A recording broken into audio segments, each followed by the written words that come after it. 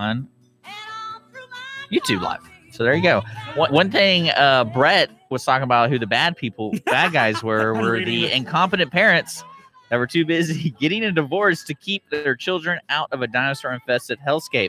You know what's funny is there was a not really a thesis, but this guy for one of his film classes did a review of the character. I forget her name. It was Ron Howard's daughter, Bryce Dallas Howard. Her character in I don't know what to call it. Like I would say Jurassic Park sequel part 1, you know, the one before this one that just came out, and talking about how it's amazing how everyone is trying to make her like a, you know, a strong woman character, but she's like caused all these deaths, and basically her incompetence as a leader in the business, the dinosaur business, has killed all these families and all these people by letting all these dinosaurs loose by her decisions.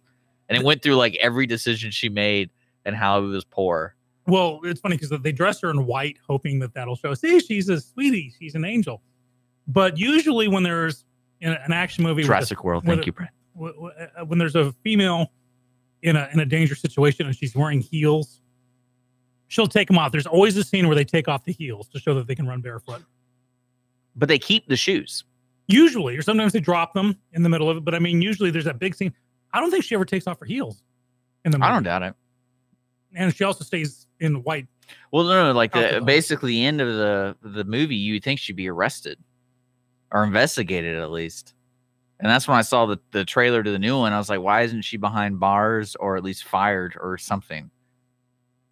Because, I mean, think about it's all recorded too. It isn't like a quick decision that everyone can kind of forget about. But no, like everything she did was recorded. Probably. That they were able to overcome everything from the original movies. Just there, in reality, there's no way they would have made it. Yeah. Except, you know, you have a dinosaur running through San Diego in, was it Lost World? Yes. Eating not only like Americans, which is bad enough, but also eating, you know, there's the funny scene where he's eating the Japanese people going, oh, Godzilla kind of thing. So this is an international debacle. I mean, the civil suits alone. Well, no, I mean, hold on. Would have destroyed this company. This is going to be a stupid question, but if anyone knows the lore of Jurassic movies, is Jurassic The Lost World a prequel to Jurassic World? The newer ones? Well, yeah, well. It's the same universe, right? Oh, yeah. This Jurassic World is basically the 4th movie in the Jurassic Park series. Or 5th. Is Sam Neill in the Jurassic World series, the new ones? I don't think so. Is anybody? B.D. Wong was. Oh, it's right. Yeah, he was the... There was the rumor that Chris Pratt's character was actually the little... Remember in the first movie where Sam Neill's got the claw and he's telling the kid? That's not true. But yeah, so Sam Neill, you know, was Jurassic Park, and then Lost World, and then the third one with William H. Macy. Yeah, because Sam Neill was in the third one.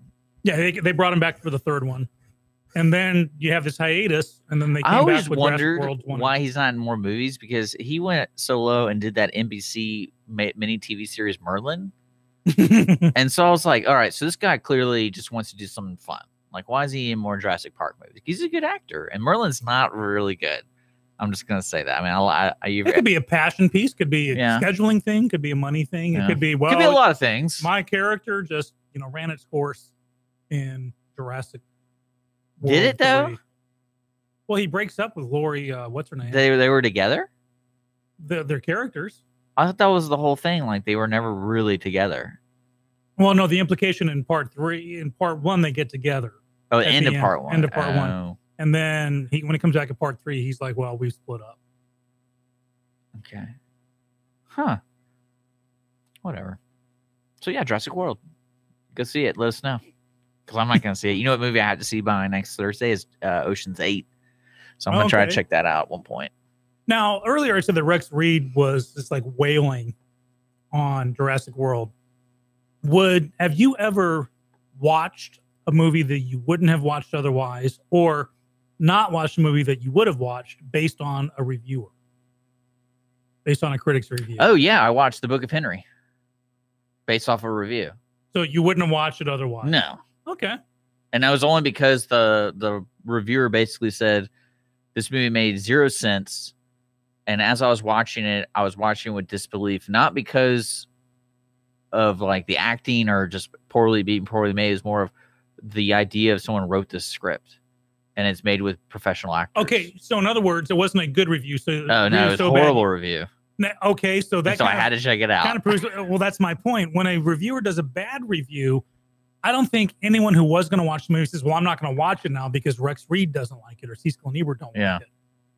So they're kind of ineffective with that. If you give a bad review, more people are going to go watch it just to see if it's true. Well, I don't think you can really claim anything because the Room's success.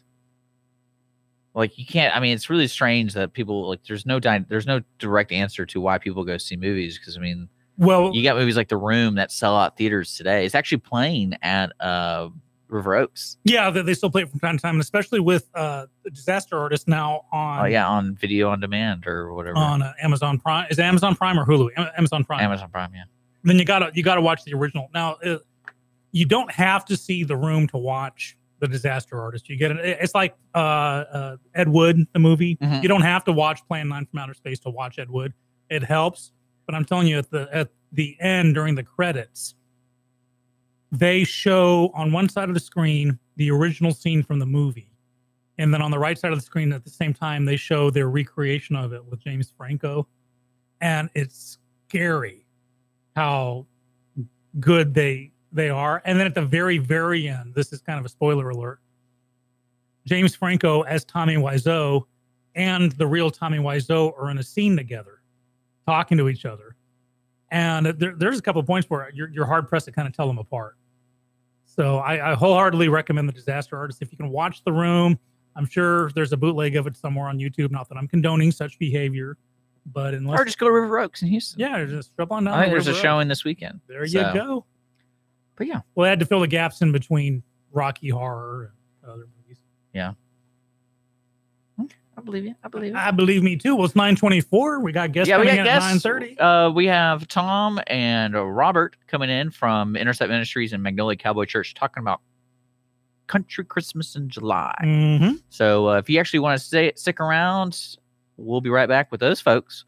And if you have questions for them, we're on Facebook. We're on email mwls@irlonestar.com. Call us if you want. Yeah, 936-647-3776. They never call. They never write. Yeah. Just leave a message. Don't hang up. We get a lot of people calling, just hang up. But even though the first thing they hear, please leave a message. That's the call-in message line, folks. 936-647-3776. Because we don't trust you live. It is 9:25. We'll be right back.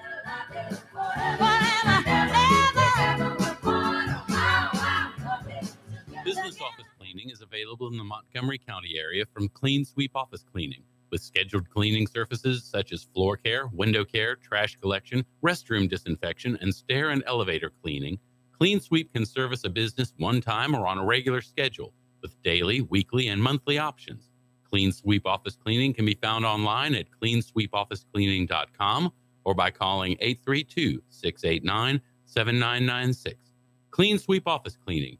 Take back your time and let us make your office shine. Mornings with Lone Star is sponsored by Clean Sweep Office Cleaning. Listen in Mondays at noon to hear Conroe news from local nonprofits, businesses, upcoming events, Conroe Park events, news stories, and information that matters to you with your host, Margie Taylor of Taylorized PR.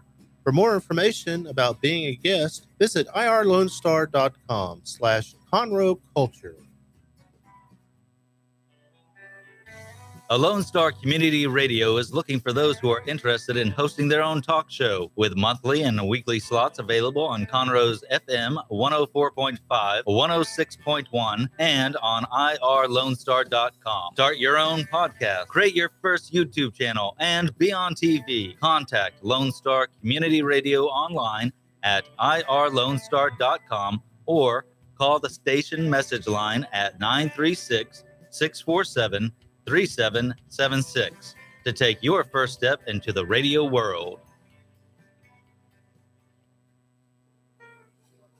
Conroe Coffee is a local coffee shop located in the heart of downtown Conroe at 206 North Main Street, Conroe, Texas. Conroe Coffee serves breakfast, lunch, and dinner, along with other treats and coffee. For more information regarding store hours and delivery in downtown Conroe, Conroe Coffee is on Facebook or by telephone at 936-266-7632. We would like to thank Conroe Coffee for being a supporter of Lone Star Community Radio and our morning sponsor with Mornings with Lone Star.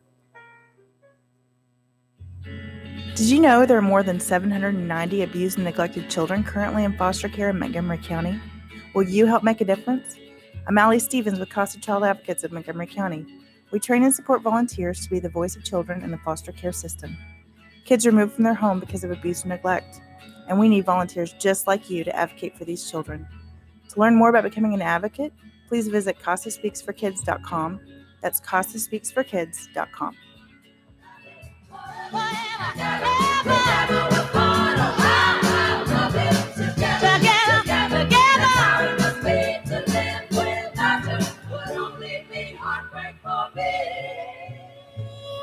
All right, welcome back. Morning's Lone Star Community Radio, your morning radio show in Montgomery County. Sean, who do we have in the studio? What's going on here? Who are these strangers? We grew. If you were paying attention to us on YouTube during the break, you see that we went from 2 to 5. Well, 4.5. She won't go on the camera. She's behind it, but she's also streaming live. So she's live streaming our live stream. Isn't that what the kids call meta? Or Inception. You know, I still try to watch that movie to find the Easter eggs. Okay. Like if he's wearing his wedding ring, he's in the real world, not the dream world. Okay, moving on. That's a good way to waste your time. So we have in the studio some amazing guests with us. We have Tom Horgan with Intercept Ministries and Pastor Roberts from Magnolia Cowboy Church. And not ironically, but fittingly, on this second day of summer, we're going to be talking about 2018 Christmas in July fundraiser that they're putting on. Morning, gents. How you doing? Good morning. Good. Great to be here. Cool. So we're going to talk about Intercept Ministries in a minute, but let's talk about the purpose of Christmas in July. What's it all about? Okay. Take it, Tom. All right. I'll go ahead and run from here. All right. So the purpose of Christmas in July is this is our mainline fundraiser for the year for Intercept Ministries. We don't go out and ask for money all year long, even though we do support people outside of our 3 main events. Our 3 main events are Easter, back to school, and then Christmas. And Christmas is our big one. We kind of fill a niche market out there in, we call it the Tri-County area. It's West Montgomery County, part of Grimes County, and Eastern Waller County. It's families that, have fallen upon hard times and can't afford to do a good Christmas for their family. So we try to take care of a lot of families by sponsoring their Christmas needs. And it can be anything from toys to clothes to food. We picked July to do the fundraiser because everybody else is so busy throughout the rest of the year on fundraisers. There's really nobody raises money in July for, big causes. So we call it Country Christmas in July. Country because we're going to do it at the Magnolia Cowboy Church this year, which is a very country-based organization. Yeah. And Christmas in July is we're looking for sponsors to come and make Intercept let us have a great Christmas in July that we can provide for Christmas this fall. So what's going to happen? So the event is actually July 20th, Friday. So just under a month from now, 6:30 p.m. at the Magnolia Cowboy Church. And Pastor Robert in a minute will have you tell us about the church and where you're located. Mel's Country Cafe is going to be providing the food. Yeah. And, I've heard of that place. Yeah, right. And like last year, that's pretty good. If I remember amazing. correctly. Yeah. And State Rep Cecil Bell, he's kind of hosting this too. So this is his baby. Well, I don't know that guy, but I mean, I've heard of Mel's. Yeah, Mel's Cafe is legendary for their food, no doubt. All right, so this is the second annual one, right? Yes, sir. Now, last year, his memory serve me right, you have almost like 3,000 families were helped with the Christmas in July. What you got from the Christmas in July? Yeah, that's correct. So again, it's throughout the year, but Christmas is our big one. Last year, we also helped a bunch of Harvey victims. So I was one of them. I actually came by Intercept when we were stuck in the Magnolia Inn Hotel for the first couple of months. Yeah. And, there was food, there was toiletries. My wife just fell in love with Lynette, who was there the day. And so you guys truly were there. It was amazing, but you continue now. Okay. Yeah. So, We're usually around 3,000 people. That includes, again, children and elderly during the Christmas time, and we do take care of the parents as well.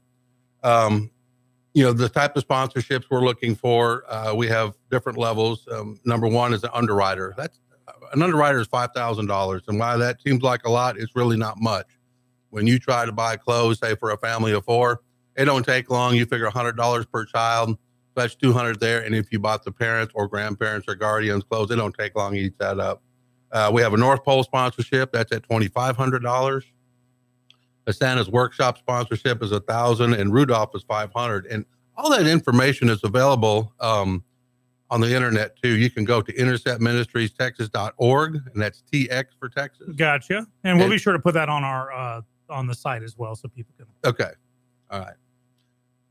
That's great. Now, what about for the event itself? You say 5,000 sounds like a lot. I don't know. Disney's already raked in $2 billion this year, apparently. So, for Walt's family, not so much. Just, 5,000 is nothing.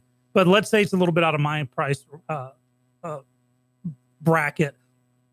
What would it cost for me to come in with myself? So the tickets to buy, or the meal tickets, are $20 a piece, or you can donate a large, thick, heavy blanket. And what that's used for, obviously, is we're going to give that stuff to families who need it. Now, again, Intercept, we don't retain any money for ourselves. Everything we get, we spend. We do have our own facility now, so we have some bills we have to pay as well. But you're right, it's not a huge amount of money. We have some auction items. We'll have a silent auction and a live auction there. And we'd like to see people come that don't like to lose. If you know, in Montgomery County, that may be hard to find. I don't know. Oh, they're out there. You're out there, people. You know who you are. Bring your checkbooks and come out there, because nobody likes to lose at an auction. And we're going to have some great items. I believe there's going to be a hunt again this year. There's going to be several baskets that are going to be put together by local businesses that are being donated. Awesome. So, yeah, it's going to be a great, great event. That sounds awesome, Tom. Let's move over to Pastor Robert here. So you're the pastor of Magnolia Cowboy Church. That's correct. Which sounds awesome. I've never been there, but it just sounds. You should come. I just might have to. Yeah. But I don't have boots or a hat. You don't need boots or a hat. Okay. We have people show up in flip-flops and cowboy hats and suits and you name it. Cool. What got the Cowboy Church involved with, because were you involved last year with this, or you came in for this year? We came in this year. Mm-hmm. What started our relationship with Intercept was Harvey. And they were very active. We were extremely active. We had some local country artists that are friends that promoted donations for Harvey. Those donations came to our church in just a small amount of time. We had 18-wheelers showing up from all over the country. Had 150 people unloading things for the community. And we partnered with Intercept as the volume of things that we were getting and to take care of their client base. Everything they need. They'd make a call, Lynette or someone would make a call, and we would immediately come over and fill the order, from dog food to diapers. It was really an amazing time. And to see their operation operate and how they cared for the families, it's a big deal for us to be in the community and see the quality of job that they did. They truly care for the community. I can tell there's a lot of heart there. When the wife and I went out to the Magnolia location, the original location, I personally don't accept things well. I feel like I've less of someone as a result. But literally what they had there fit every need that could possibly be. There was clothing, there were blankets, there were toiletries, there was food, there was, you could ask, I need golly, if only there was a Frisbee for my daughter, there was a Frisbee there, that kind of thing. Intercept had like everything. So they weren't niche. And I think they realized that the need was so ubiquitous, just everyone needed everything. Yeah. And now tell me about this new facility, because I went to the old one apparently, but there's a new one now. Yes, that's correct. We have a new facility. It's located off FM 1774. It's at 38928 FM 1774 in Magnolia. And it used to be an old feed store years ago. It's been abandoned for, I'm thinking, like the last 10 years. And with the help of Mr. Cecil Bell and some other local folks in Magnolia, we were able to gain access to that facility. And the owners are being very gracious. They're allowing us to use it as long as we maintain it and keep it up. So we have been very busy out there cleaning, repairing, mowing, and it's probably a 5-acre facility with a house and a little barn, and then it's got the main feed store building on it. And that's a lot of mowing, believe me. I was out there last Saturday in my zero turn, and I got done, and you couldn't tell. You couldn't recognize me. I was just covered in dirt and dust, but we had to get it done, and so we got it done. The other thing I wanted to mention too about Intercept, Lynette, she is our executive director, and she had God had put it upon her to ask everybody, what was your vision for Intercept? And one of the main things that came out of that task for us as board members was we figured out that while we provide this for people that are down on hard times, we have a lot of repeat customers, if you will. So what we've decided to do is as we get surplus funds available, we're using that to help train people and educate them in the workforce. For example, we have some classes going on right now for some young ladies that are learning to speak English. They don't know how, they don't have the means to go get it anywhere else because they have children and they can't afford childcare to go do it. So they're coming to Intercept. They're getting free education on learning to speak English and free daycare while we're there. So is it really free? Well, no, there's a cost to all of it, right? Mm-hmm. So, but we're covering the overhead on the building, the electricity and things of that nature. And we have this young lady who's donating her time to teach these people how to speak English. So that's great. Yeah, and that's step one. We have visions to expand it and maybe do some basics trades like how to operate a lawnmower, how to operate a weed eater, maybe a nail gun and read a tape measure for those that really need, to get out there and learn how to make it on their own. Jeez, even I don't know how to use those things. Dick, what about you? I'll teach you this weekend. Awesome. Because I had fun with your sledgehammer. Thanks for leaving it behind. It was awesome. And the facility itself, it's like, if you're heading towards like the Renaissance Festival, it's like right there, right? That's correct. Okay, so people can have, just as you're driving up at the Renfest this fall, just wrench your wheel into the driveway and drop some stuff off there. Yeah, drop some stuff off, or we take money, cash, check, credit card. We're not picky. We'll take all of it. And Intercept, are they like all volunteer or almost all volunteer? That is correct. We are all volunteer. Nobody gets any kind of salary whatsoever. That's great, because you just unfortunately hear too many times, check your nonprofit because 80 cents on the dollar goes to administrative or something. But so this is 100%. Everyone's a volunteer. If you donate money or goods, it's going to go to someone who needs it. That is correct. And, I got a friend of mine, he loves to donate to their various causes. One of his big concerns has always been when he donates, where does the money go? Mm-hmm. Well, we can tell you that if you donate to Intercept Ministries, it stays locally in that Tri-County area. Now, that's not to say we won't help anybody outside of that area, but the majority of our efforts and where the people we take care of are in that area right there. Cool. Pastor Robert, talk to me more about the Magnolia Cowboy Church, the facility itself. Like, is it going to be indoor, outdoor, plenty of parking? Get people to come there. Yeah, we're 5.8 miles down Nickel Sawmill Road from FM 1774. Okay. We're out in the Glenmont Estates area, and actually about a half a mile from Hockley. So we have Hockley and Magnolia and Tomball, Waller. We're kind of in the center of that. We're on 20 acres there, and it is a cowboy church. It's a kind of a come-as-you-are place. We have a rodeo arena and horse barns that we have boarding and stables and stuff there. And I think it's going to be a great facility to host Intercept. Christmas in July will be a great time. And we want to just welcome everyone to come. The area churches in the area, there's a lot of other churches that help and support Intercept and can do more. And that was what our goal is to help promote Intercept within our community of churches. And we think that it'll be a wonderful time. It's got a lot of room. We have a building that was built about 3 years ago. And of course, it's a Western looking building, and it's very homey inside. It's like a lodge when you go in, and with all the Christmas trees that I hear are going to be going up and all the decorations, it's really going to be a great, great night. Well, it sounds like it's going to have that old if you have like paneled floors and walls and stuff, that old school Christmas thing. So what makes a cowboy church besides, of course, the way it looks? Well, I think Cowboy Church, what's interesting about it, it is a very open, very transparent a place to go to church. A lot of times you'll hear that real people talking about real issues with a real God. And we operate like a non-denominational church would operate. And we have live worship at our church, a nice band and do worship, and we welcome all denominations. And having a rodeo arena, and of course, this is Texas, guys that like to wear hats and boots, they're welcome to come. And also, if you have a Harley, which we have a lot of guys that ride, it's just open to everyone to come and experience the love of Christ. And that's really what it's about. Well, Dick, who's our Harley guy? Remember, he's popped in a couple of times. He's the Hog chapter president. Bigfoot. I mean, I know he's a Bigfoot. No, that's his riding name. Oh, is it? Yeah.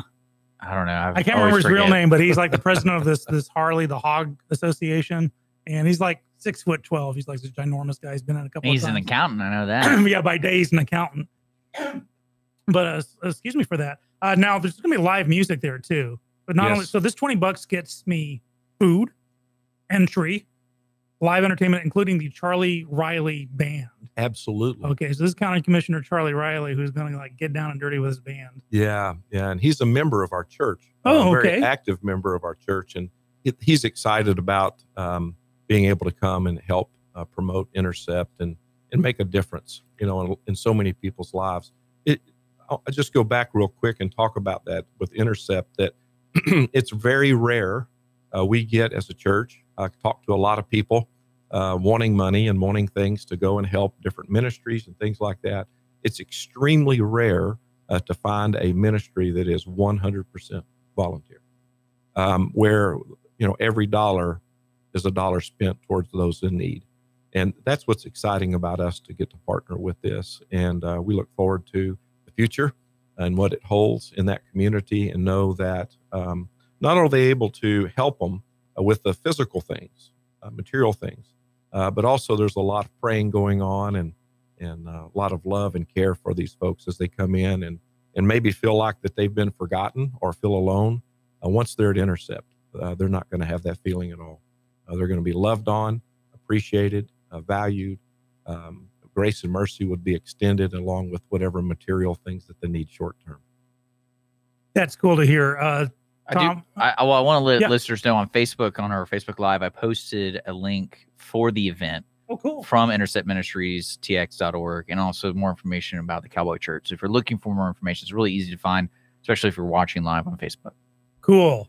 Again, having been to Intercept myself, I guess the best way to phrase this is a lot of ministries or churches are like under the microscope lately. They're accused of, well, you're all in-house, or you'll only care about stuff. When we went there, this is a ministry, not only is it 100% volunteer, but to me, it seemed like it was open to anyone. It never came up in the conversation like, have you accepted the Lord? Nothing like that. There wasn't like this expectation of, okay, we're going to give you some toothpaste and a blanket, but we're going to throw a Bible in, or you need to pledge this too. Right. And I'm saying that just because this is community, this is love, this is ministry, this is outreach. Yes. And it's not to be picked apart. Like, I guess a lot of people say, what's the catch? So maybe you can tell me, what's the catch? Is there? I don't think there's one, because I was there and I never saw one, but No, there is no catch. And Intercept Ministries is there to provide for people like that when they have a need. We don't question where you come from. We don't question your background. We don't question your faith. I'll give you an example. Last year, we had a family drive up, and it had brand new paper tags on it, brand new 2018 Cadillac Escalade, and load up toys for Christmas. We didn't question whether or not that family actually owned that vehicle, or if they borrowed it, or they rented it, or why they had it, because that just wouldn't be right. That's not what Jesus has put in our hearts to do for our community. Now, I will mention this, Lynette gets a charge out of this, and I'm sure Pastor Robert's going to love it too.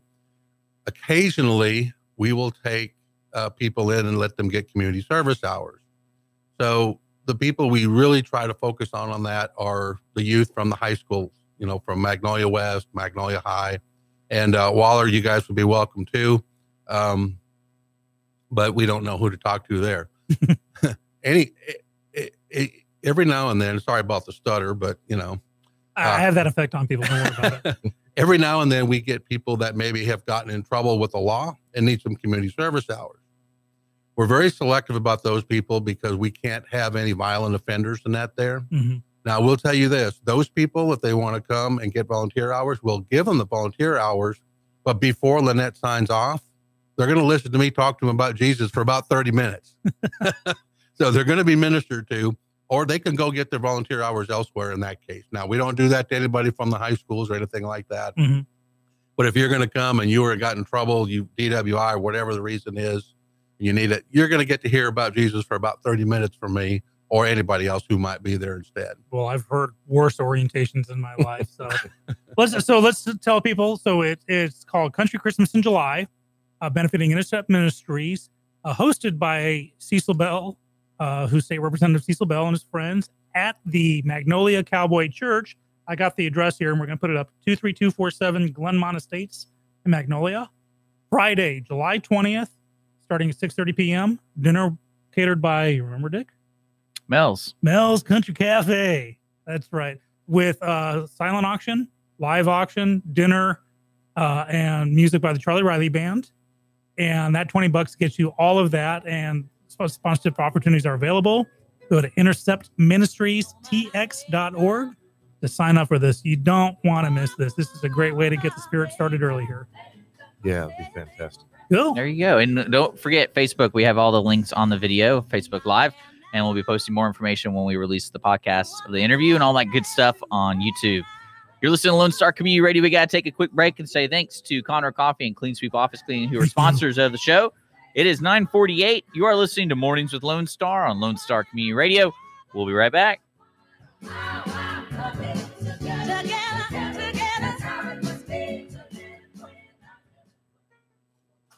Conroe Coffee is a local coffee shop located in the heart of downtown Conroe at 206 North Main Street, Conroe, Texas. Conroe Coffee serves breakfast, lunch, and dinner, along with other treats and coffee. For more information regarding store hours and delivery in downtown Conroe, Conroe Coffee is on Facebook or by telephone at 936-266-7632. We would like to thank Conroe Coffee for being a supporter of Lone Star Community Radio and our morning sponsor with Mornings with Lone Star. Don't forget to download the Lone Star Community Radio app for your Google Play or Apple Store. Bring Montgomery County's community radio with you anywhere with your smartphone or tablet. If you are in the Conroe area, tune in on FM. That is Conroe's FM 104.5, 106.1. From the beginning, the main purpose of the Cooperative Extension Service has been to change human behavior by teaching people how to apply the results of scientific research. By utilizing a holistic, multi-level approach, Extension family and community health programs encourage health and well-being for everyone. Addressing values, concerns, and needs with reliable science-based information, Extension programs help people lead healthier lives. We are Texas A&M AgriLife Extension, helping Texans make their lives better. Business office cleaning is available in the Montgomery County area from Clean Sweep Office Cleaning, with scheduled cleaning services such as floor care, window care, trash collection, restroom disinfection, and stair and elevator cleaning. Clean Sweep can service a business one time or on a regular schedule, with daily, weekly, and monthly options. Clean Sweep Office Cleaning can be found online at cleansweepofficecleaning.com or by calling 832-689-7996. Clean Sweep Office Cleaning. Take back your time and let us make your office shine. Mornings with Lone Star is sponsored by Clean Sweep Office Cleaning.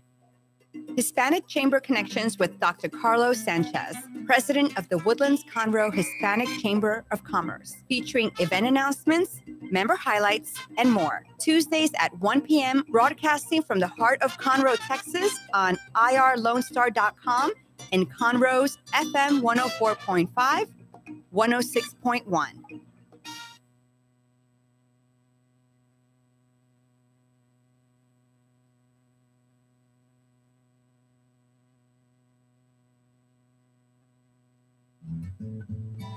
Lone Star Community Radio is looking for those who are interested in hosting their own talk show, with monthly and weekly slots available on Conroe's FM 104.5, 106.1, and on irlonestar.com. Start your own podcast, create your first YouTube channel, and be on TV. Contact Lone Star Community Radio online at irlonestar.com or call the station message line at 936-647-3776. Statistics show that 1 out of every 6 Texans struggles with food insecurity and hunger. And many people don't eat enough fruits and vegetables every day. The Better Living for Texans program is here to help you learn how to make healthy menu choices, save money at the grocery store, prepare quick and delicious meals, get more good nutrition in your day, and get more physical activity. Classes are fun, friendly, interactive, and free, and taught in English and Spanish. We are Texas A&M AgriLife Extension, helping Texans make their lives better.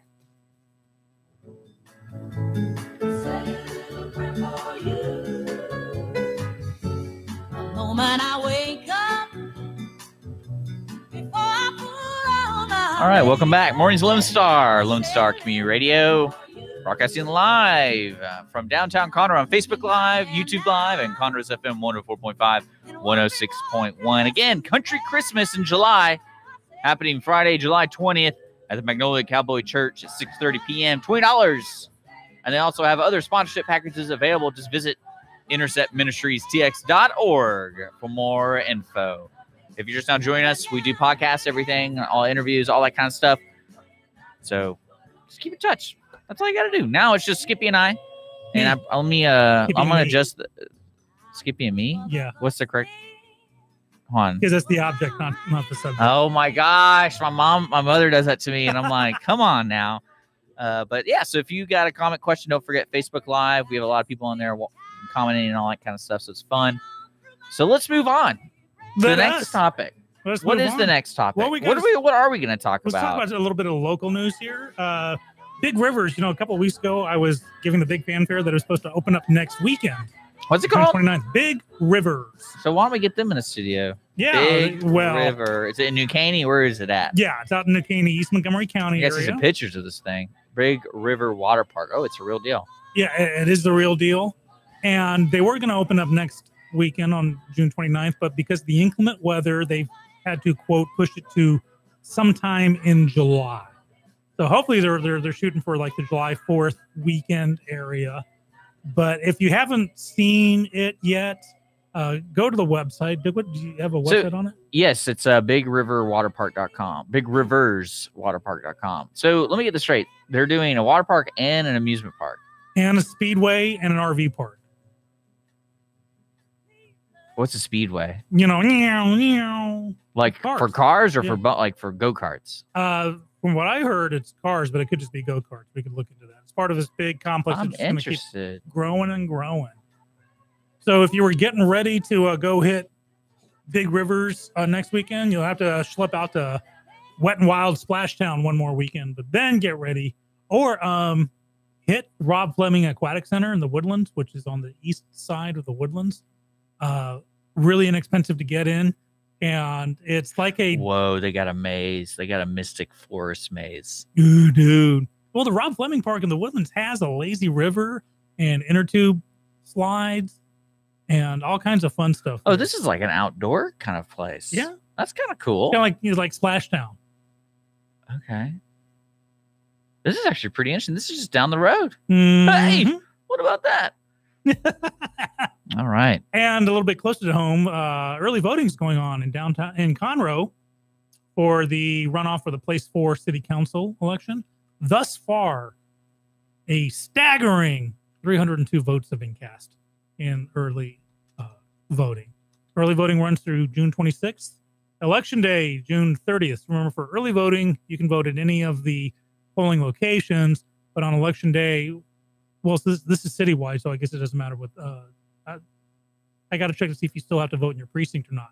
But this is the runoff between Raymond McDonald and Annie Jefferson Barrett. So good luck to both of you. I don't want to say may the best person win, because I'm sure they're both awesome in their own way. But voting happens now through the 26th. And let's try to get more than 302 voters out there, huh?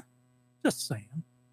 Are you Dick? Are you the Conroe boy? Not yet. We had the transfer stuff. We just moved into the Conroe area, so it's a little too late for registration. But yeah, it's this time around. But yeah, you can get it for the some generals coming up, and of course there will be more elections. I can't vote for this one myself. I'm a Woodlands boy, but there you go. Now, also for next weekend, I know Big Rivers isn't opening, but what is opening next weekend on the 29th over at the Owen Theater is a play called The Musical Comedy Murders of 1940. Now, it's not a musical. Don't let the title fool you. It is a comedy, though, and directed by O.A. Melvin. Great cast. Opens June 29th, runs through July 15th at the Owen Theater. Go to owentheater.com, and that's theater with an R-E, for tickets and information. And then the next weekend, Willy Wonka opens at the Crichton Theater. Go to crichtontheater.org, and that's theater with an R-E again. Runs July 6th to the 22nd, so you can catch Musical Comedy Murders at any point the weekend before, and Willy Wonka the weekend after. So a lot of fun there. Good shows. So Willy Wonka, of course, is the big musical. It was like based on the Gene Wilder movie, and it's got a huge cast. So Oompa Loompas galore, all kinds of fun stuff. Jeff Baldwin's the director of that one. Finally, locally, on the 30th, so a week from tomorrow, the Conroe Symphony Orchestra is holding its patriotic celebration at 7:30 p.m. at Heritage Place Park. This is my favorite color, free. Some people don't know Conroe has a symphony orchestra, and they're really good. I still want there to be a smackdown one day between the Conroe Symphony and the Woodland Symphony, because they're just like right across the street. They could have like a total cage match going on, like have them face off against each other. You know, like those old X-Men comic book covers where you'd have the good guys on one side and about to plow into the bad guys on the other side. We need to recreate that for the orchestras. Yeah, that's my thought. Okay. So that's local news for me. Anything local from you? No, besides the Woodlands Area Quilt Guild happening this weekend at the Lone Star Convention Center. $10 will get you in. I have a lot of stuff for kids and things like that. Outside that, that's about it, really. I mean, let's see if we got any cool local musicians going around. What's today? 22nd? Today's the 22nd, all day. All right. Mark Chestnut's going to be here at Main Street Crossing over in Tomball for tonight, and tomorrow, which is kind of cool. And then our local favorite guy, Jeremy Bankhead, will be at the Red Brick Tavern on Sunday. Mm-hmm. So he's pretty good. So, yeah, there you go. There you go. Lots of great fun stuff happening around town. You can go to experiencedowntownconroe.com, I believe, maybe .org for information, or just look up Conroe Area Chamber of Commerce, Conroe Convention and Visitors Bureau, or CVB, or let us know and we can keep you filled in. So that's local. It's 10 o'clock. Okay.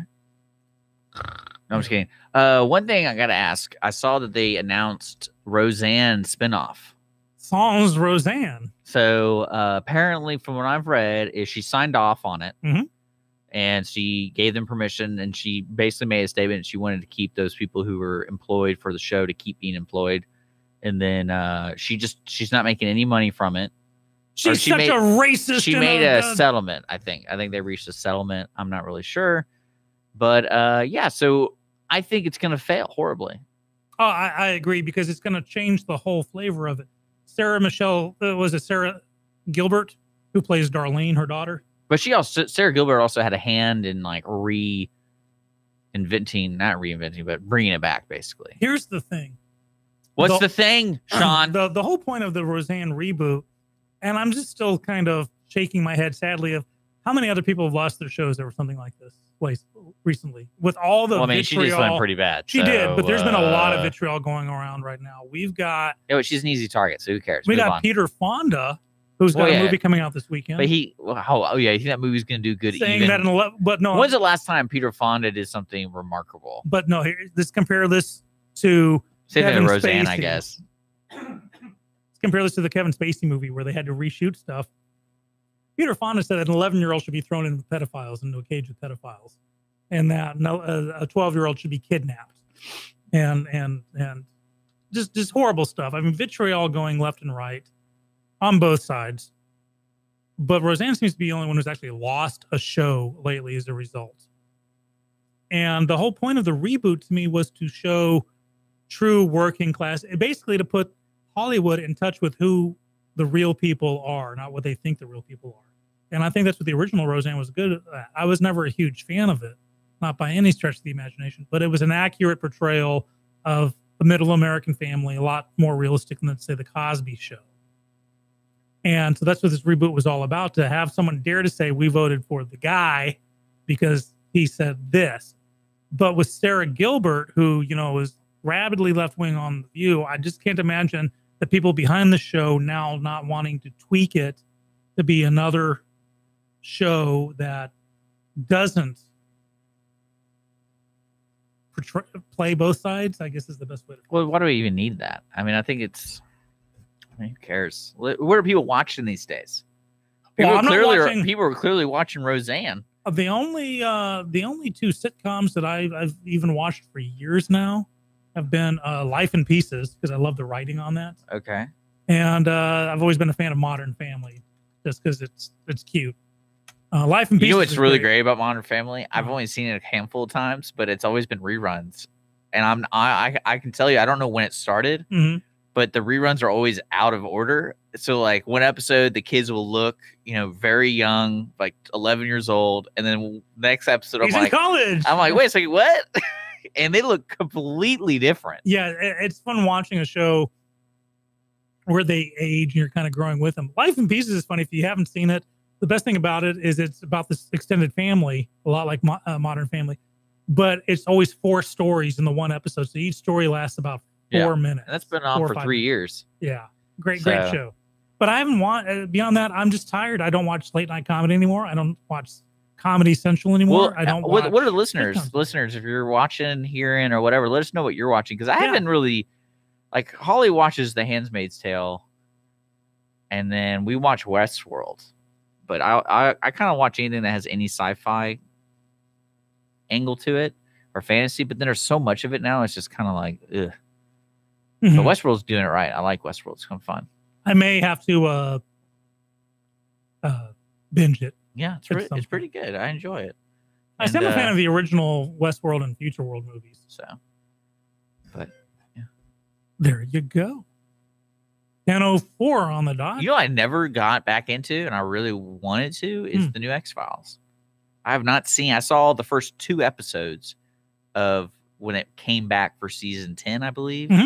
But then they redid like 5 more episodes. I've got them on my DVR. I watched the last season. I haven't seen it yet. Is that, do they actually do seasons now? Or do they ever figure out what they're doing? Yeah, basically they're mini seasons. Okay, so it's like season 10 is 6 episodes. Season 11 is 6 episodes. Right.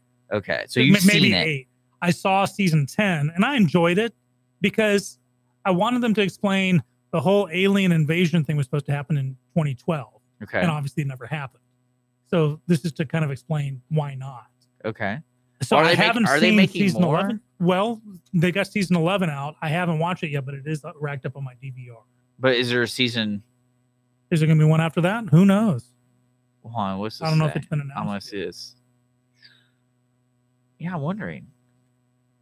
Because that's one thing I kind of kept away from it, because I figured it'd all be on demand if it's just like a mini series. But then again, I don't know. But all right, yeah. Roseanne's coming back. I guess no one really cares. Well, yeah, we'll see. I think it's going to bomb tremendously because ABC is going to try and make it into something that they want, not what Roseanne I think it'd be great if the opening scene is Jeff, what's his name? John Goodman. He's writing, basically saying that the whole thing was a dream. Well, Roseanne really died. She's the one that died. And that was just a dream. Like the first 8 episodes was just a dream. That could be it. And that's the thing. People were watching it because the show is what Roseanne Barr, or whatever her name is, wanted. And now it's going to be what ABC wants. Yeah. And it's going to completely change the show. And I kind of cracked a joke about saying, oh, they'll reboot it and they'll call it The Connors. Well, this one's called The Connors. That's the working title of it. Oh, really? So, I mean, I think it's just really strange. Yeah. Well, anything else in the news you've been seeing? One thing I wanted to, we like doing follow-ups to news stuff, and we're going to take a break, but coming back, there was an update about that self-driving Uber car that hit that poor lady in the middle of the street a while back. Yeah, there's an update, and we're going to kind of talk about that. And we're brought to you by Conroe Coffee and Clean Sweep Office Cleaning. It's 10:06. Join in on the conversation on Facebook, Twitter, all that good stuff. We're broadcasting live from downtown Conroe, Texas, on Lone Star Community Radio. You're listening to Lone Star Community Radio on 104.5 KCZW LP Conroe and 106.1 KZCC LP Conroe, and worldwide on irlonestar.com. Business office cleaning is available in the Montgomery County area from Clean Sweep Office Cleaning, with scheduled cleaning services such as floor care, window care, trash collection, restroom disinfection, and stair and elevator cleaning. Clean Sweep can service a business one time or on a regular schedule, with daily, weekly, and monthly options. Clean Sweep Office Cleaning can be found online at cleansweepofficecleaning.com or by calling 832-689-7996. Clean Sweep Office Cleaning. Take back your time and let us make your office shine. Mornings with Lone Star is sponsored by Clean Sweep Office Cleaning. What is homelessness? Have you seen parents struggle to find a job without having transportation or childcare? What about the children sleeping in cars with nothing to eat? Families shouldn't have to struggle to survive, and children should not be homeless. Family Promise of Montgomery County serves the needs of homeless families and their children. Learn about ways you can help and learn about partnership opportunities at www.familypromiseofmc.org or call our day center at 936-441-8778. Don't forget to download the Lone Star Community Radio app from your Google Play or Apple Store. Bring Montgomery County's community radio with you anywhere with your smartphone or tablet. If you are in the Conroe area, tune in on FM. That's Conroe's FM 104.5, 106.1. If you are on the computer, bookmark irlonestar.com as your internet radio station. A Lone Star Community Radio, broadcasting 24/7 from the heart of downtown Conroe, Texas. The Texas A&M AgriLife Extension Service has been dedicated to educating Texans for over a century. In 1915, the Extension Program was established under the federal Smith-Lever Act to deliver university knowledge and agricultural research findings directly to the people. Ever since, AgriLife Extension programs have addressed the emerging issues of the day, serving diverse populations across the state. Texans turn to Extension for solutions in horticulture, agriculture, 4-H and youth, and family and consumer sciences. Extension agents respond not only with answers, but also with resources and services that result in significant returns on investment to boost the economy. Join us Fridays at 1 o'clock for the AgriLife Extension Hour.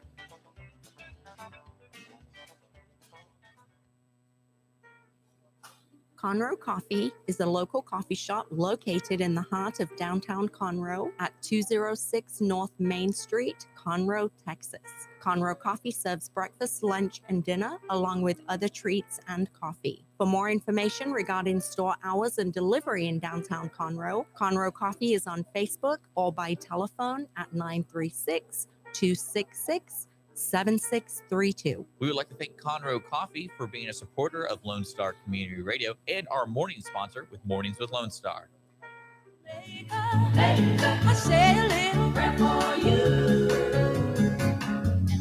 Welcome back, Mornings with Lone Star with Dick and Skippy. He's Dick, I'm Skippy. It'd be 10:10 on the dot. Temperature's already gone up to 84 degrees. So as hot as it is outside, I'm beating the heat by filling myself with even hotter stuff, Conroe Coffee. And looking forward to Clean Sweep Office Cleaning coming and cleaning up Dick's mess this weekend. So thanks to both of our sponsors there. We do appreciate it. That's it for me on that one. Cool. So you were you were leaving us with a teaser. Yes. If you didn't know a story, Uber's been testing their self-driving stuff. Right. And in California, this poor woman, and I don't know if anyone's had a chance to just look up like Uber crash fatality kind of combination in the Googles. And you'll see a video of like a woman basically trying to cross the street in the middle of the street, no crosswalk. And the video is very alarming because it's just, you see this woman, you're like, what is she doing? And then boom, car hits her, going about 45 miles an hour. Well, it turns out the safety officer who was in the car, not driving because they're doing like tests and stuff, was watching TV. So I'm trying to figure out why. I kind of laughed. I go, well, isn't that the whole point of self-driving cars? Like, you're able to do whatever you want. And then, so the debate's going to be coming up where it's similar to the Tesla issue, where you put assisted driving on, and how much do you have to pay attention? Yeah, again, I think this is just gonna be a flash in the pan. I don't think self-driving cars are gonna become a mass-produced, the new norm. I just don't see it. People aren't willing to give up that control. And even though, like I said, the numbers aren't there, way more people have been killed by driver-to cars being hit, pedestrians hit by cars with drivers than pedestrians hit by driverless cars. But still, it's not the numbers so much, it's the idea of giving up that control. There are too many X factors, too many variables. A ball. Well, because one of the follow-up things is, when we have driverless cars, do we even have a steering wheel? There's got to be some kind of a manual override, so I would have to say yeah. Okay. Some kind of thing. But let's put it in context. Let's say a ball gets kicked in the street in front of your car, and it's a football. The sensors see it, they're going to slam on the brakes, right? But what if there's a car tailgating you? This computer's got to determine, okay, do I slam on the brakes knowing I'm going to get rear-ended, or do I? Well, that's one question I always had, because it's funny, in the last 2 days, a person's almost hit me in a 2 left lane turn, and I'm in the right side of it, and they came in trying to merge or whatever. And I go, so my options are veer right, but to the right, there's a ditch. Or to one time there was another car. So I was like, I wonder what's going to happen here. I wonder how a self-driving car can determine who's going to be more in trouble, because we're getting a little too detailed, and would the self-driving car lay on its horn? Would it well, I wonder what like a stunt driver would suggest. Like, do you slam on your brakes, or do you kind of like how people aren't trained to drive when they spin out? Well, that's why you flick your eyes around best you can. What's on either side? Is there someone tailgating? I mean, that's what I had to do. Yeah. I had like a split second. And I would trust my split second over a driverless system. You think so? I would, yeah. I may be wrong, but I would still trust myself more. Well, I mean, because the thing I see is, especially, for example, the spinning out while in the rain. I bet like a good amount of people don't understand which way to turn the wheel when you're spinning out, like, say, an ice storm and things like that. But say a driverless car, 98% of the time knows what to do. Who would you trust more? I'm talking about just like basics on the road. I just said there are too many X factors for any one computer to compute everything. Okay, I give it to you. But yeah, I thought that was pretty interesting to follow up. So anything else? Did you find anything cool to follow up that's not political? Because we gotta restrict you on that. Yeah, this is funny. This is World Cup news. You ready for this one? So Japan was playing Colombia. Okay. In the World Cup. That was several days ago. Japan ended up winning 2-1.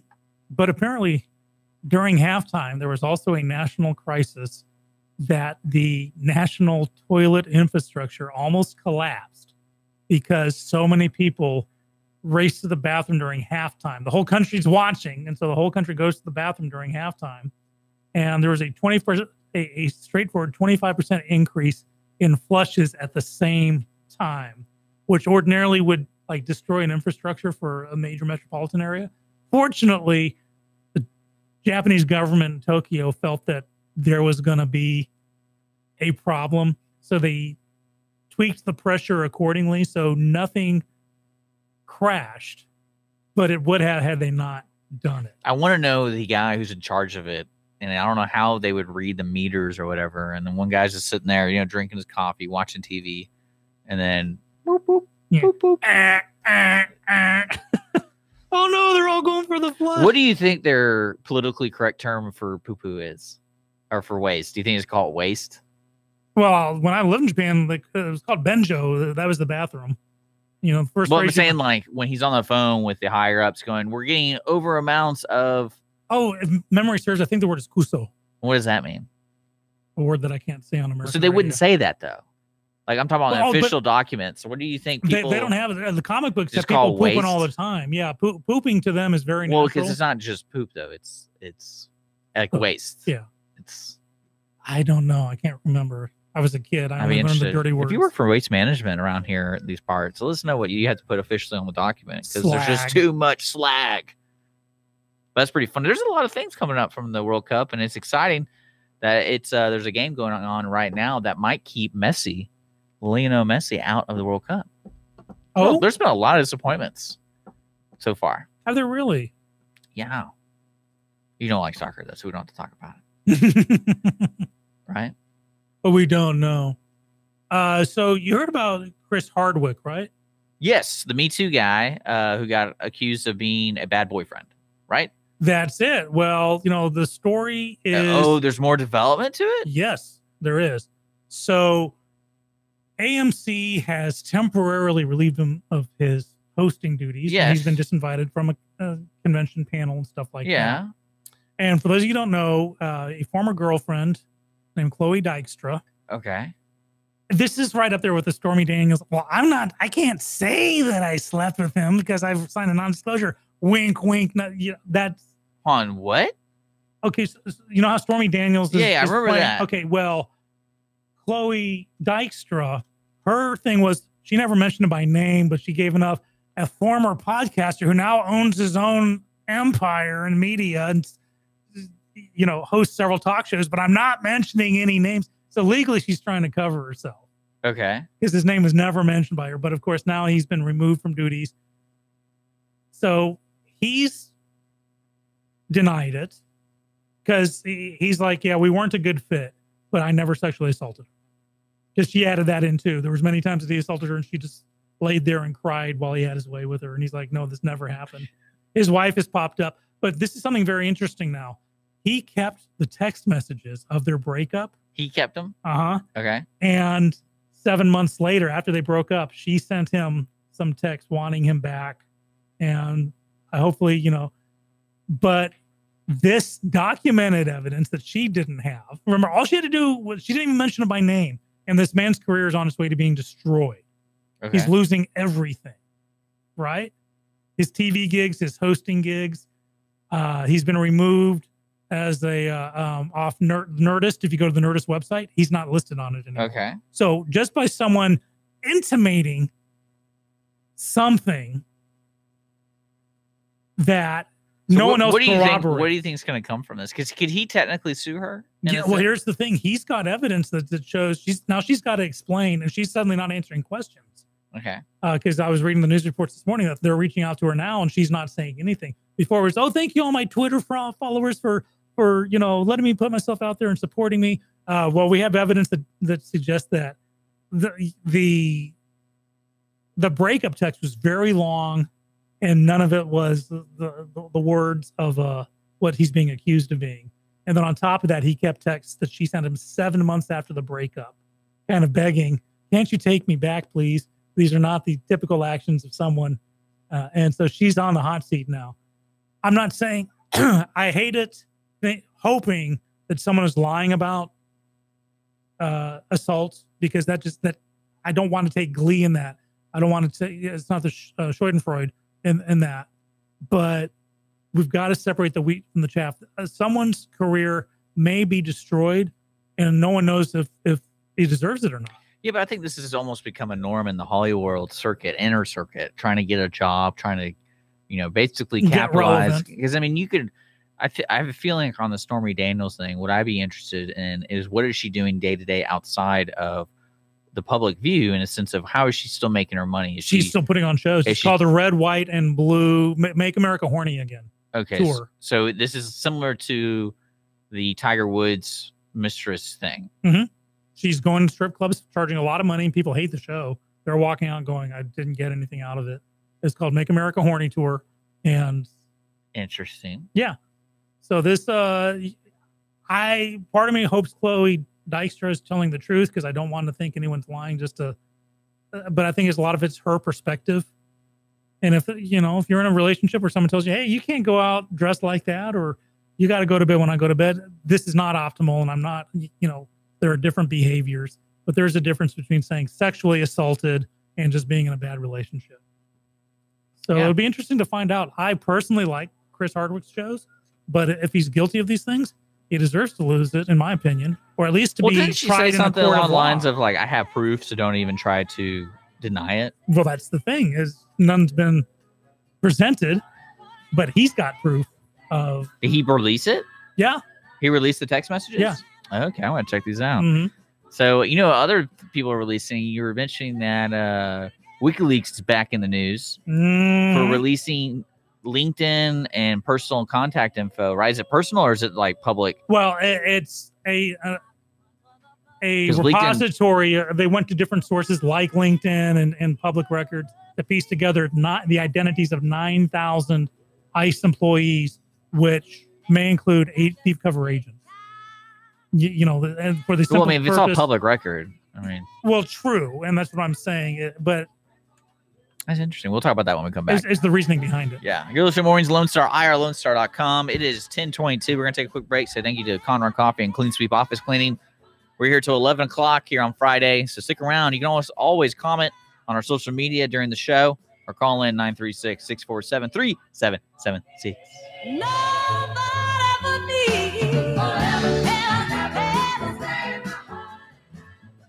Lone Star Community Radio is looking for those who are interested in hosting their own talk show with monthly and weekly slots available in Conroe's FM 104.5, 106.1, and on irlonestar.com.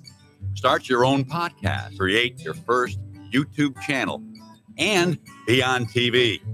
Contact Lone Star Community Radio online at irlonestar.com or call the station message line at 936-647-3776 to take your first step into the radio world. Does your company have needs that can be met by an employee who is dependable, hardworking, enthusiastic, motivated, cooperative, respectful, and punctual? Conroe Independent School District Special Education Department can meet your needs by connecting you with potential employees that have been preparing for a lifetime of employment. We have numerous individuals seeking paid and unpaid work experiences. If your company is interested in seeing how we can meet your business needs, call Conroe ISD Special Education Department to find the best employees for you at 936-709-7671. Business office cleaning is available in the Montgomery County area from Clean Sweep Office Cleaning, with scheduled cleaning services such as floor care, window care, trash collection, restroom disinfection, and stair and elevator cleaning. Clean Sweep can service a business one time or on a regular schedule, with daily, weekly, and monthly options. Clean Sweep Office Cleaning can be found online at cleansweepofficecleaning.com or by calling 832-689-7996. Clean Sweep Office Cleaning. Take back your time and let us make your office shine. Mornings with Lone Star is sponsored by Clean Sweep Office Cleaning.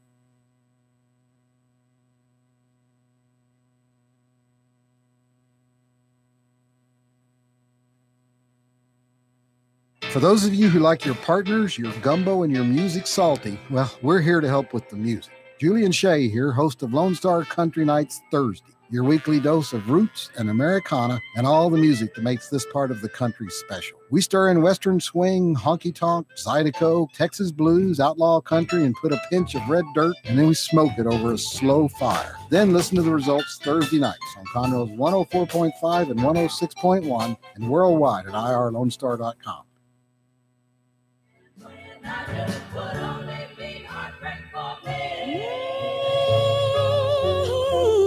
All right, welcome back to Mornings Lone Star, your morning radio program in the Montgomery County area, broadcasting live on Conroe's FM 104.5, 106.1, and of course, YouTube, Facebook, blah, blah, blah, blah, blah, and irlonestar.com. Brought to you by Conroe Coffee and Clean Sweep Office Cleaning. We were talking about WikiLeaks. They're constantly on both sides of the argument, good or bad. But it's kind of strange to me. I'm going to go to their website real quick just to check this out. Am I allowed to look at this stuff?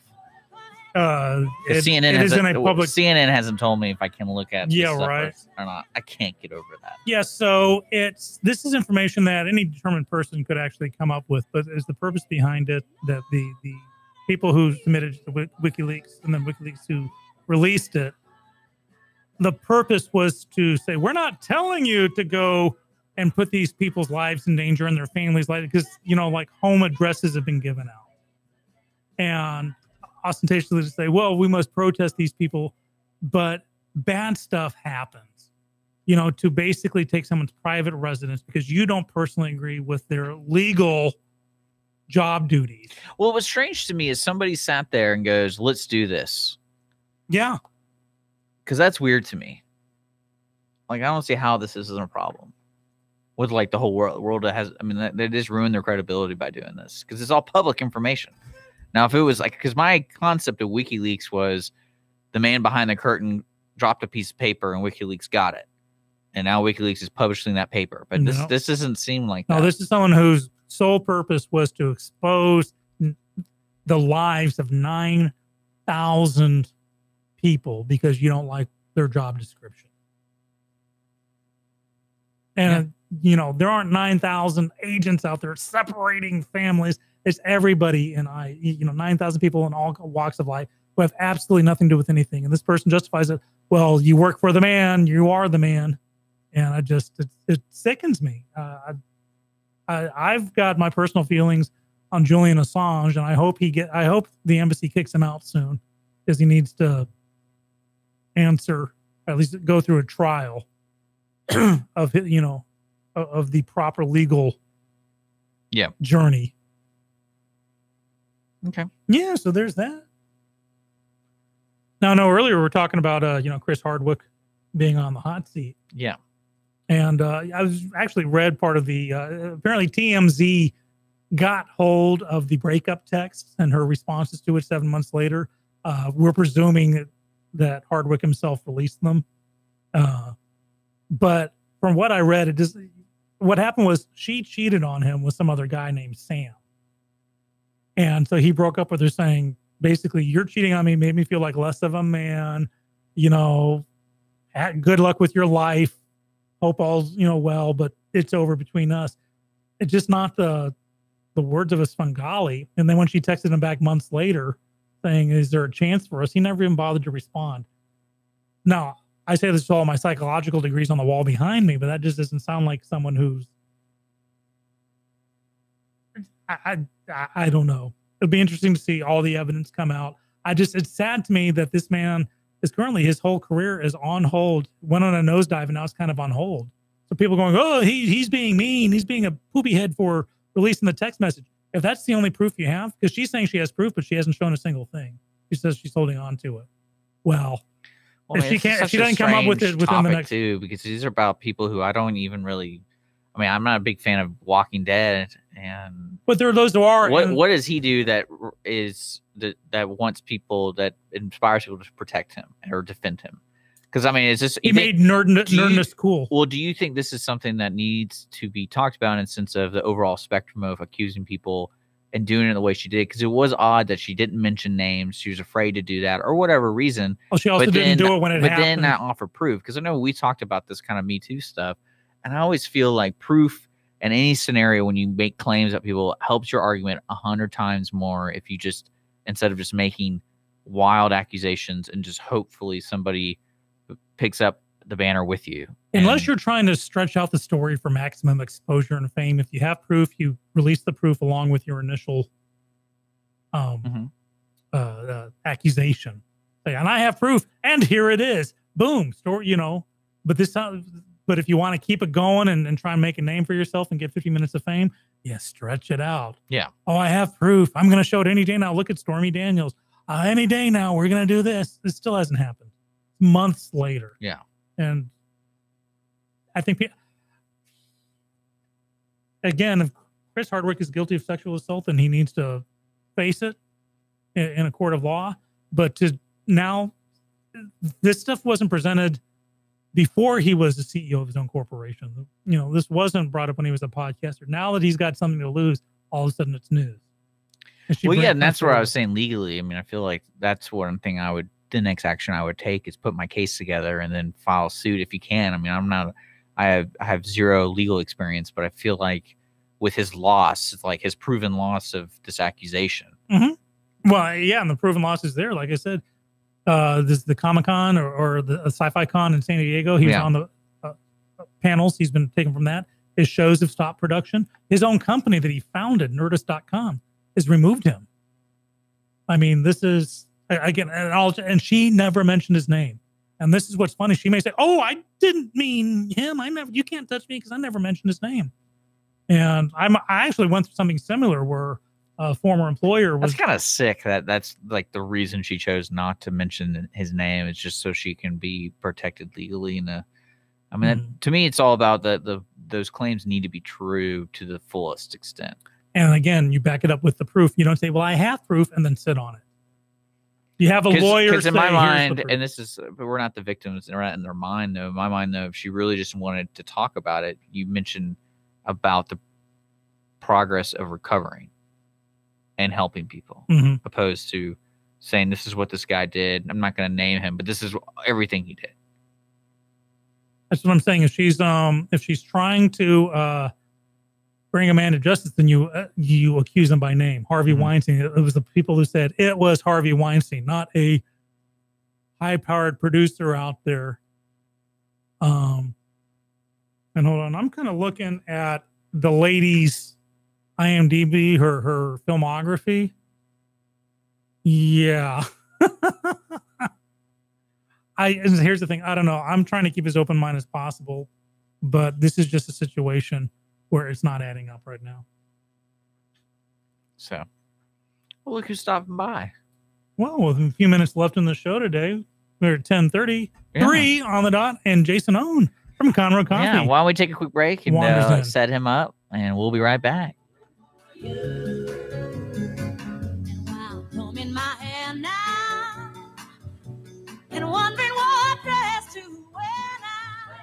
Conroe Coffee is a local coffee shop located in the heart of downtown Conroe at 206 North Main Street, Conroe, Texas. Conroe Coffee serves breakfast, lunch, and dinner, along with other treats and coffee. For more information regarding store hours and delivery in downtown Conroe, Conroe Coffee is on Facebook or by telephone at 936-266-7632. We would like to thank Conroe Coffee for being a supporter of Lone Star Community Radio and our morning sponsor with Mornings with Lone Star. The Texas A&M AgriLife Extension Service has been dedicated to educating Texans for over a century. In 1915, the Extension Program was established under the federal Smith-Lever Act to deliver university knowledge and agricultural research findings directly to the people. Ever since, AgriLife Extension programs have addressed the emerging issues of the day, serving diverse populations across the state. Texans turn to Extension for solutions in horticulture, agriculture, 4-H and youth, and family and consumer sciences. Extension agents respond not only with answers, but also with resources and services that result in significant returns on investment to boost the economy. Join us Fridays at 1 o'clock for the AgriLife Extension Hour.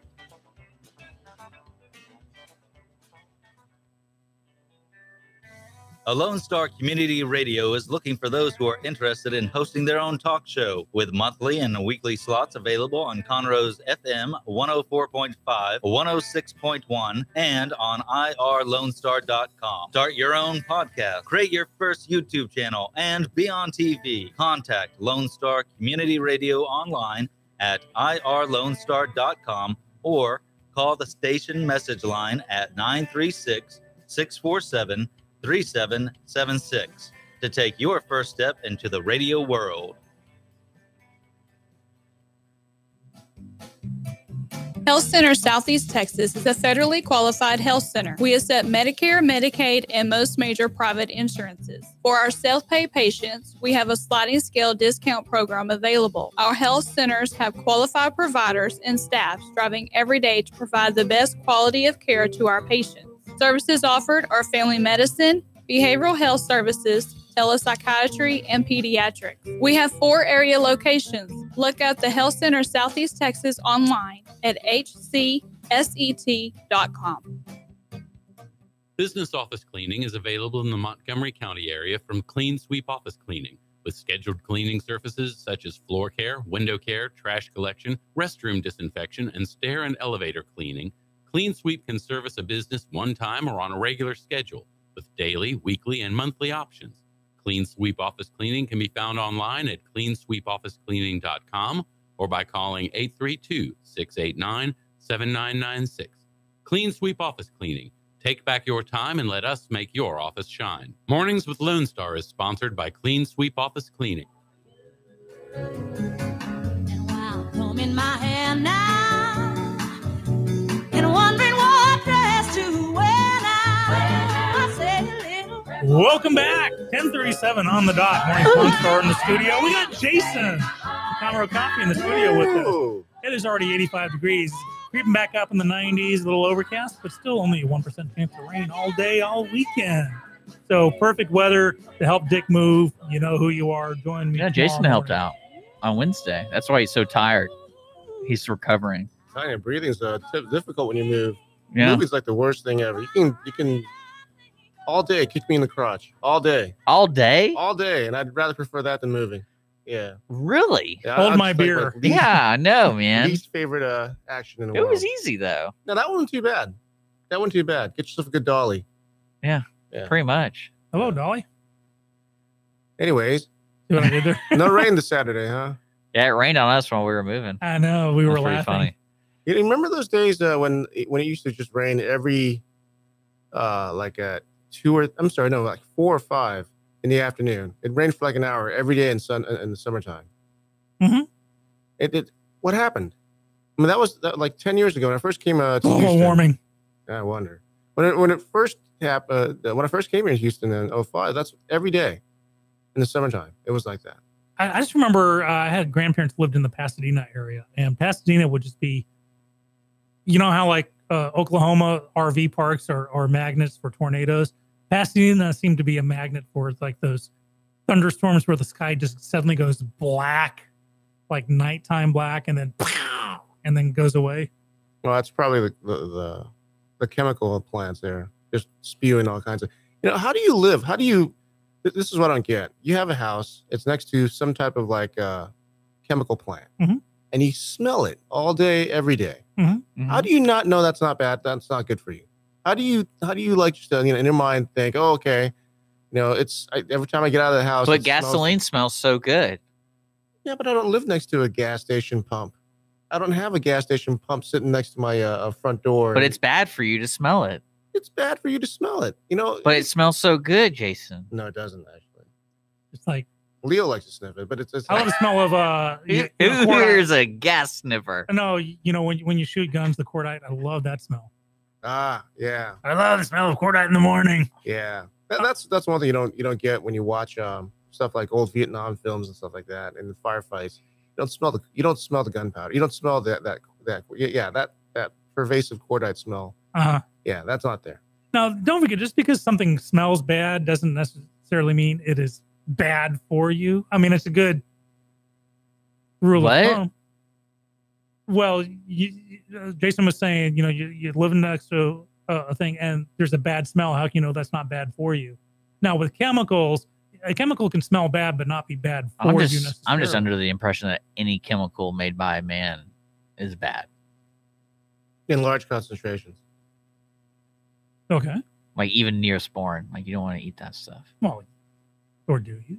I don't know. Has anyone eaten Neosporin before? I don't know. What happens to you? Let's do it. Let's put it in our eyes too. There's probably all kinds of things about not ingesting Neosporin. Yeah. Well, so I'm pretty sure that we, in some way, shape, or form, evolved in such a way so that our nose can tell us a little bit about what things that you shouldn't go near, like poop. I'm sure that if poop was, was good for us, then we'd be like, "Ooh, that smells great." But no, poop is bad for us. So no, your nose tells you no, stay away from the poop. And dead people. Poop smells bad, but it's integral. What happens if you put the poopery in before?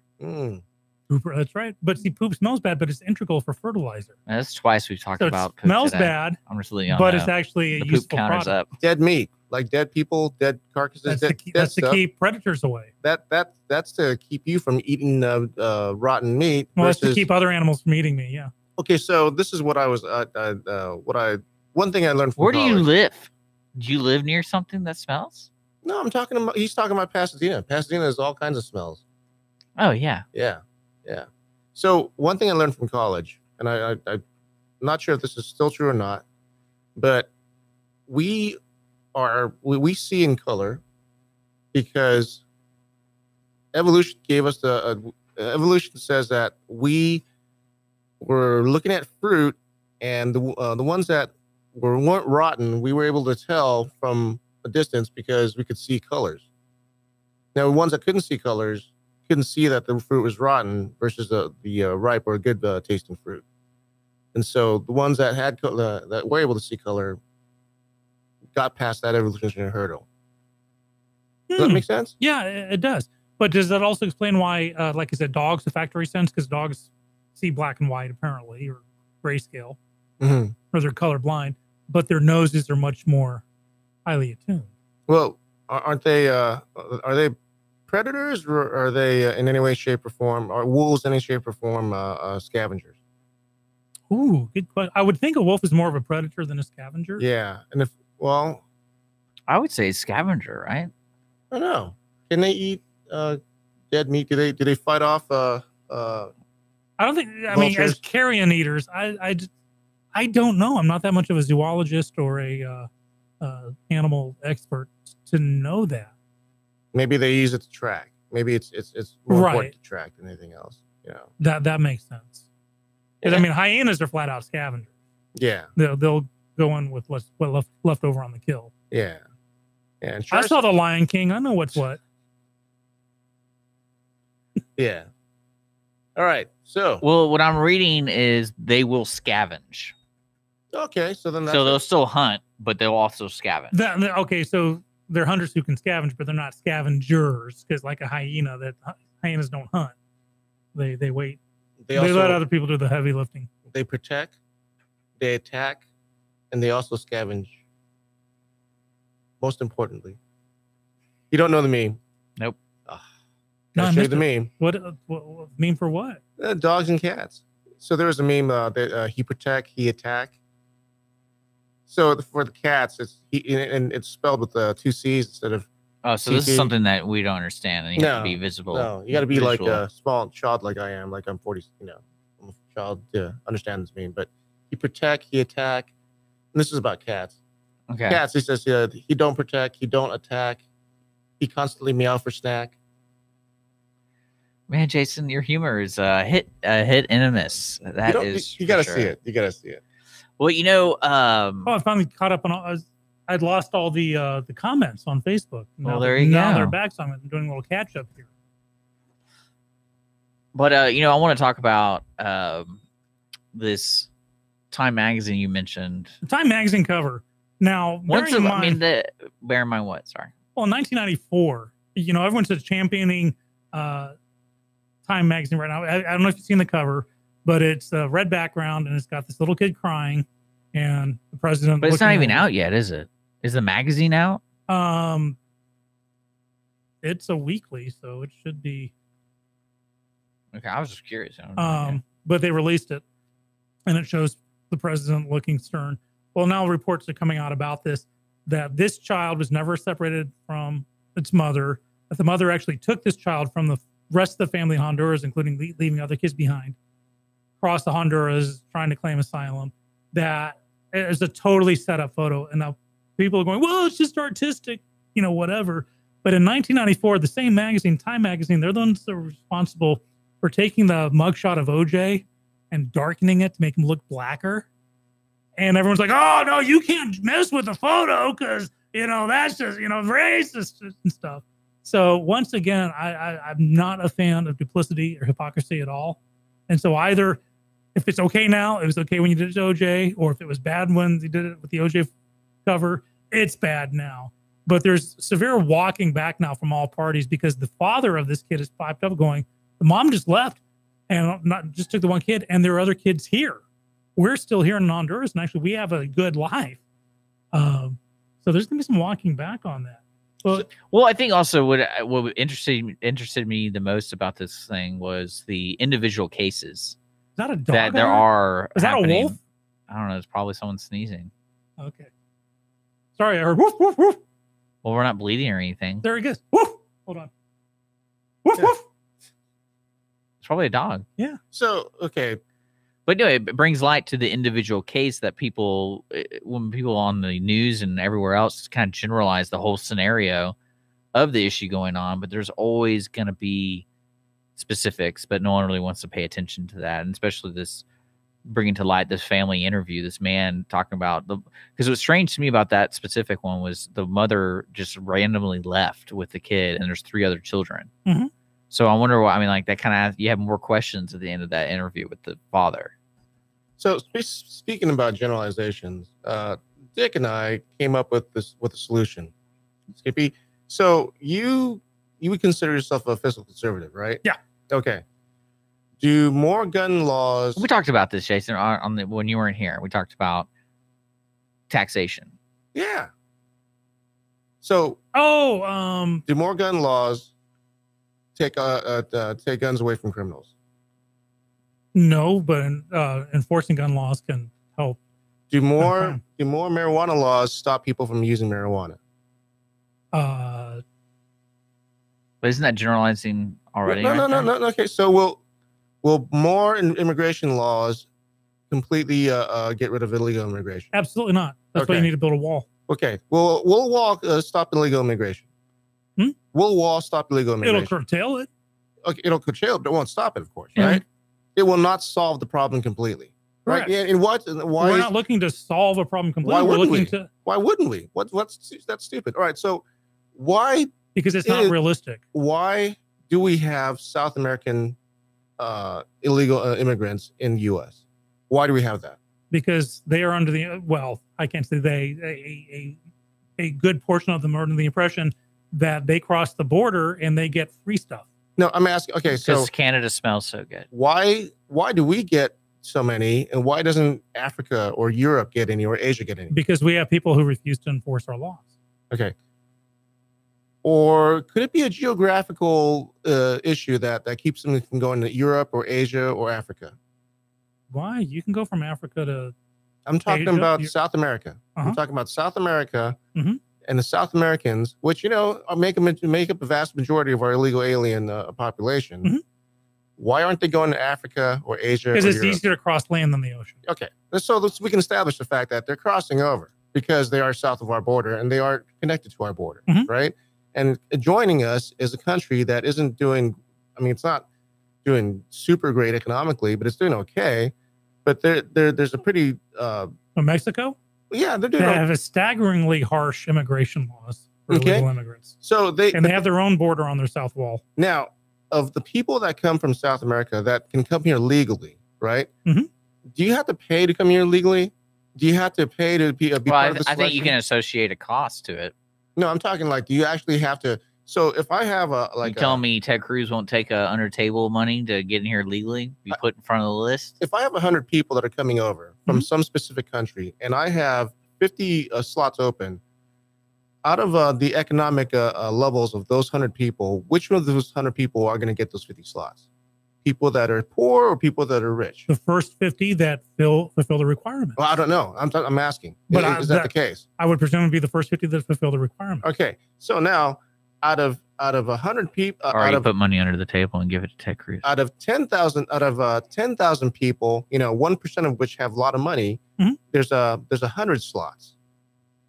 Out of those 10,000 people, who's going to get those 100 slots in a country that has 99,900 poor people and 100 rich people?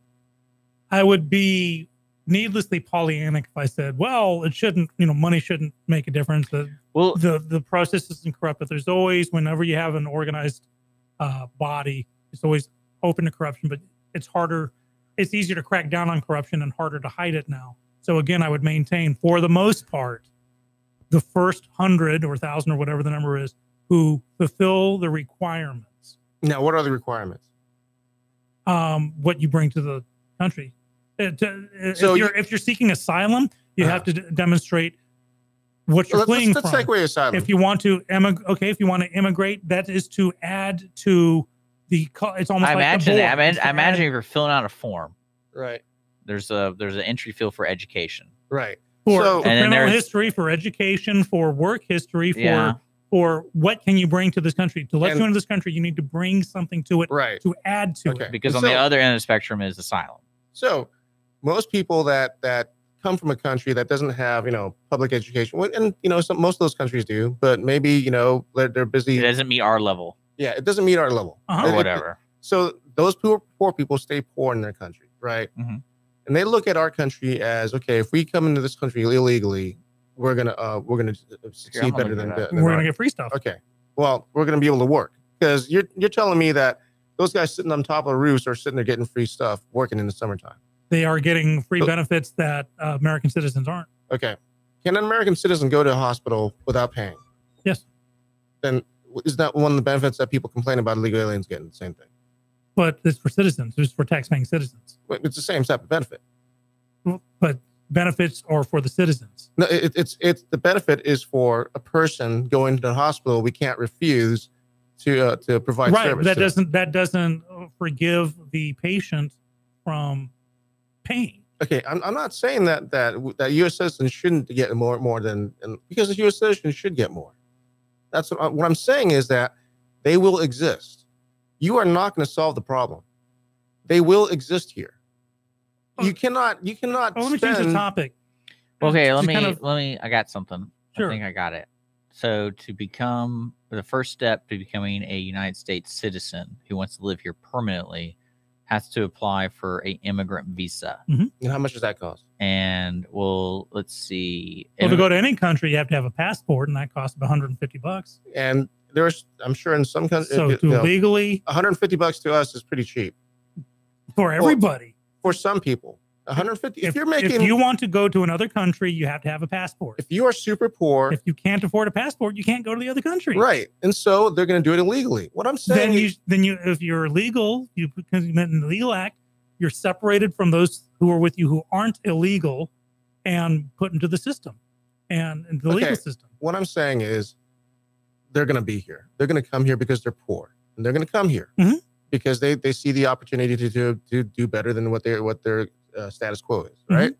It's going to happen. You can build any walls, you can close up tunnels, you can put up all kinds of laws. It's not going to stop them. They're already here. I'm looking at it right now. One of a kind of a catch-all. It says for a green card application, the overall cost of fees and everything is $1,070 in 2011. That's for a green card. That's for someone who gets in on a visa to add to this country. The immigration fee is $220 to start the process. Okay. To start, it's not cheap. And these are people. Yeah, but these are people who are paying coyotes $3,000, $6,000.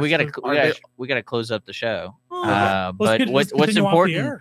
Well, what's interesting is I was listening to an interview of a border rancher, generational border rancher. It's like the family's been there. It's been in the rancher's family for like 4 generations. And when he said the most alarming thing that he's discovering is that when his dad was in charge, they would meet families and they'd help them. But he says the amount of people coming over, but he said the biggest deal is they're being shipped over. And the point of like when they're walking their borders, they don't dare touch the assembly line of people because they have coyotes with them with guns. So now it's become more of a business than it is for helping people get over to the border. It's a hotbed for human trafficking. That's what he goes like. That's the biggest issue he sees, and that's what happens when you make for black market when a black market is created. Now, if there was no black market, if there was legal entry for everybody, what do you think about the heck out of it. Well, we'll talk about this on Monday. Yeah, because we have a special guest because we got to close out the show. Yeah, we got Kristen Bays coming in the Kristen studio Bays, who's a new judge, and she's going to be judge-elect. She's going to be in the studio on Monday, so that's going to be a lot of fun. Thanks for joining us today. A lot of fun, Jason. Hopefully we get to continue the conversation next week. Yeah. It is 10:55. You're listening to Montgomery County's community radio station. And coming up later today will be the Extension Hour with the Montgomery County A&M AgriLife Extension Service at 1.